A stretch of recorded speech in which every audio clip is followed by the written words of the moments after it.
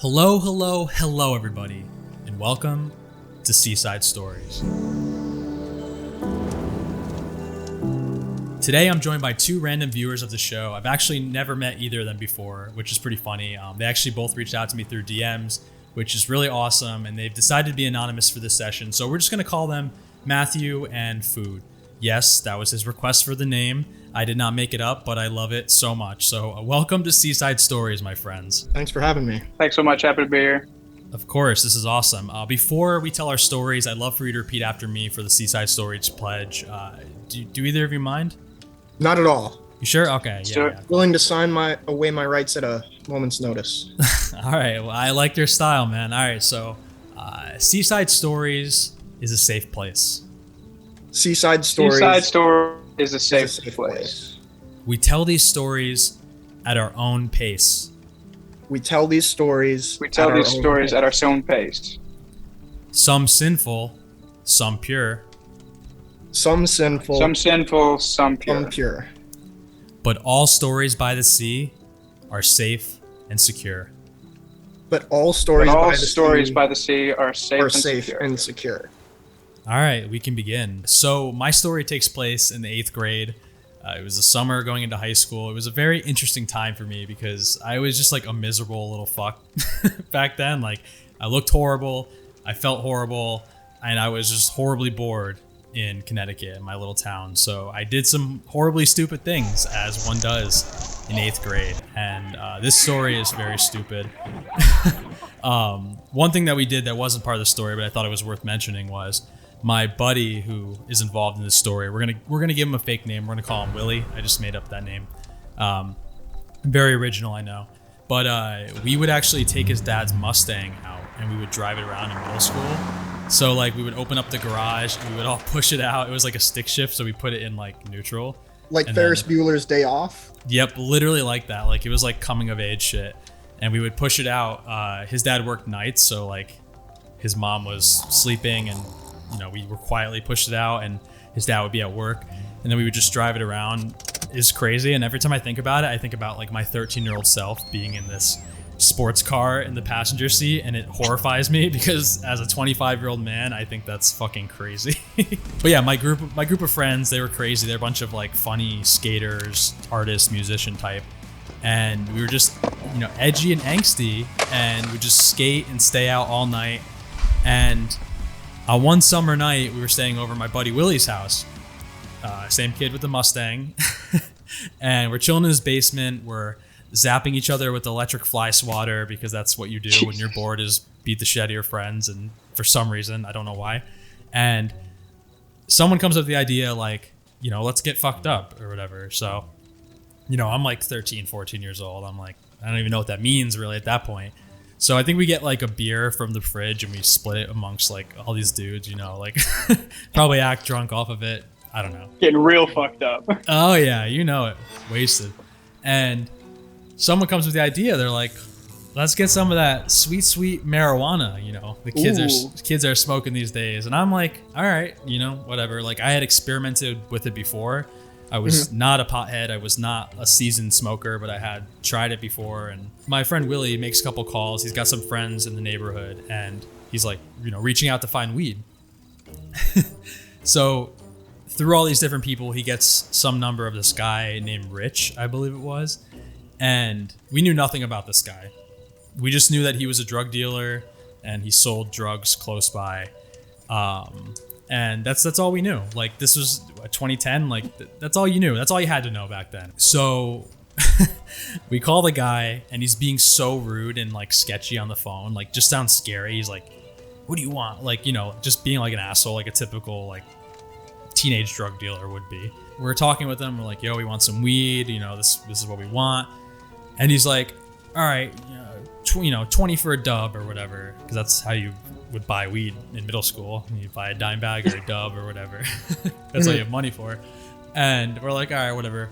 Sounds good. But then we realize that we don't have any money.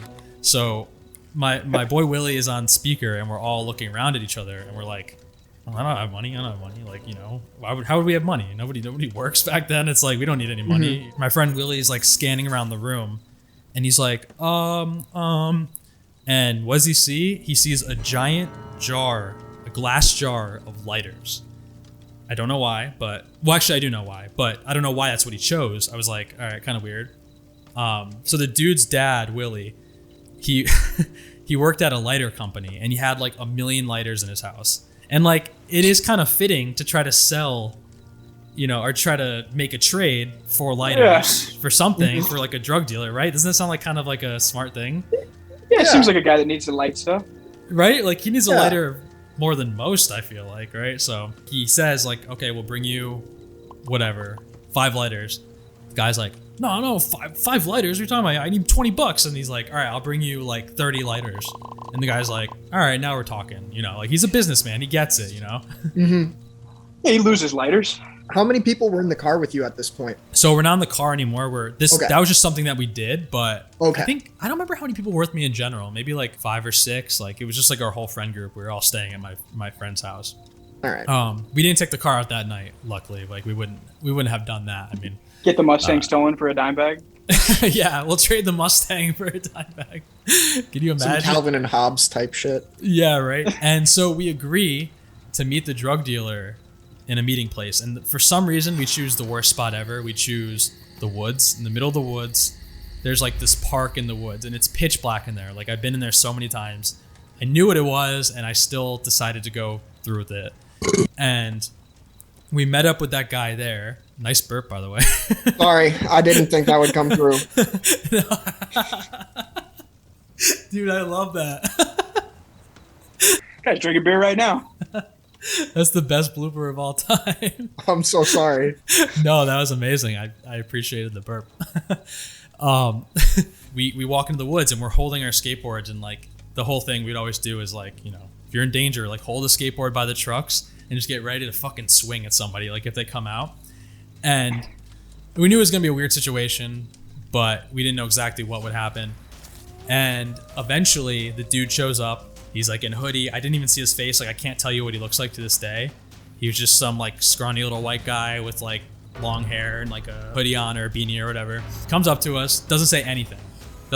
He just takes it out of his pocket, and we start like reaching in our pockets and grabbing all the lighters. We're like, all right, we got to give this guy the 30 lighters, because we're all like, we all have them stuffed in our pockets. Like, it's too much to put in just one person's pockets. We do the trade quickly. As soon as he gives us the bag, he runs. Like, he just runs as fast as he can, which is of course a terrible sign, but I'm 13. I don't know how drug deals work. So I'm like, all right, this is probably totally normal. At this point, it's probably like, I want to say it's probably like maybe 1, 2 a.m. We're going back to the house. We're skating. We're like, fuck yeah, we got weed. Yeah, we're like so excited. We're pumped. And we're like, it's going to be a lit night. This night is going to be amazing. We were totally wrong. We get back, and well, actually, we're on our way walking there, and we're checking the bag, and it's like in a blue baggie. It's like stuffed. A little weird when it's stuffed for a bargain. You know what I mean? Like, there's something up with it. But we're like, oh, we got a great deal. Like, whatever. My friends are looking at it. They're like, yo, check out the crystals on this, bro. Sticky icky. Like, just every term they know. Like, this is dank. Like, whatever. And we finally make it back to Willie's house, and we go in the backyard. And someone whips out whatever we're smoking, like an apple or whatever, back then what it is. One of my friends had like a guitar knob tuner. It was like a metal guitar knob, and he like poked a hole through it, and then we would smoke out of that with a pen. It was like anything. I mean, it was so dangerous, like putting all that tinfoil and shit. You guys ever done that? Oh yeah, of course. Breathing in plastic and shit. The most plastic I've gotten was from my wax, so. Yeah, it's not good for you. I feel like there's gonna have some implication when we're older on whatever we did. It's fun. Oh yeah, like smoking out of a can or something. You get all. There's nothing better, I'm sure, right? Yeah, I'm sure it's nice to have like burning metal fumes in your lungs or something like that. I'm sure that's healthy. I mean, we've had generations before us have done the same shit, so I think we're okay. Yeah, that's true. Look how good they turned out. Just kidding. Yeah, that's true. So yeah, everyone's freaking out like this pot. This pot's amazing, whatever. And I'm not a pothead. I don't know. I look at the bag and I'm like, my first thought was like, this shit is not green. Like, I thought weed's supposed to be green, but my friends told me, they're like, oh no, like it's better when it's not green. Like, it's more like, like when it's purple, then it's like whatever. And also picture their voices were nothing like mine right now. They're probably like, yo man, it's purple, baby. You know, purple's the dankest weed of them. Like some shit like that. And and I was just like, all right, whatever. I listened to them. They're more experienced than me. And I remember it didn't smell like what I remembered weed had smelled like from when I had tried it before. Like it smelled a little off. It smelled like a little musty and like it smelled like a little sweet, which I was surprised about, and like but also musty. Like it smelled like old, like an old closet kind of deal. And so we smoked the weed. We're sitting there waiting for it to hit, and one of my friends starts like bugging out. He's like, "Oh, I'm seeing shit. I'm seeing shit." And I'm like, "Oh my god!" And I have just such bad anxiety as a person, and especially that's why I stopped smoking weed, because I have such bad anxiety that I've never been happy while I was high. You know what I mean? Like it's one of those things. Like it's not for everybody. Exactly. Like I just don't have the brain strength to do it. Like so, I started like freaking out, and then I'm like, I didn't feel high, but I was just anxious, like having a panic attack. And then my friend Willie, who's just like, to this day, he's just like seasoned. Like he's like, dude, you're fine. Like, you know, whatever. And then another one of my friends starts freaking out, and they're like, oh, I'm seeing stuff. Oh, whatever. And I'm like, oh my God, no, this is fucking lace. No way. We go inside, and my two friends lay down on the couch. They're both laying down on the couches, and you know, they're freaking out, all upset. One of them's like, I gotta go home. And I'm like, oh my God, are we about to have to fucking like call his parents and like deal with all this shit? And I think Willie or something was like, we need to, you know, investigate what this was. So it was our first time in the light the entire night, because we had been outside like under street lights, so you couldn't really see anything. What color was the weed? It was like grayish brown. Okay. Yeah. Oh boy. Yeah. I don't know how you get purple from grayish brown. Under a street light, anything's possible. I have an idea of where this is going. When you split a Miller High Life between 10 people, anything's possible, man. Your senses just start going, and then yeah. And so we open it up and we put it on the table. You will not believe what was in it. What we had been smoking. Can I take a guess? Take a guess. You won't get it. Was it salvia? Nope. Actual dog shit. No, that would actually be really funny though. Okay. I kind of wish it was that. That's actually funnier. Now the reveal isn't as interesting. Was it propane? No, it was a collection of dead moths. No shit. Yep. This fucking guy sold us dead moths in a bag, and we smoked dead moths. That's so foul. Oh my God. Isn't that so weird? That's so fucked. That is wretched. That means he had to fucking collect those things. Yeah, where did he get a collection of dead moths?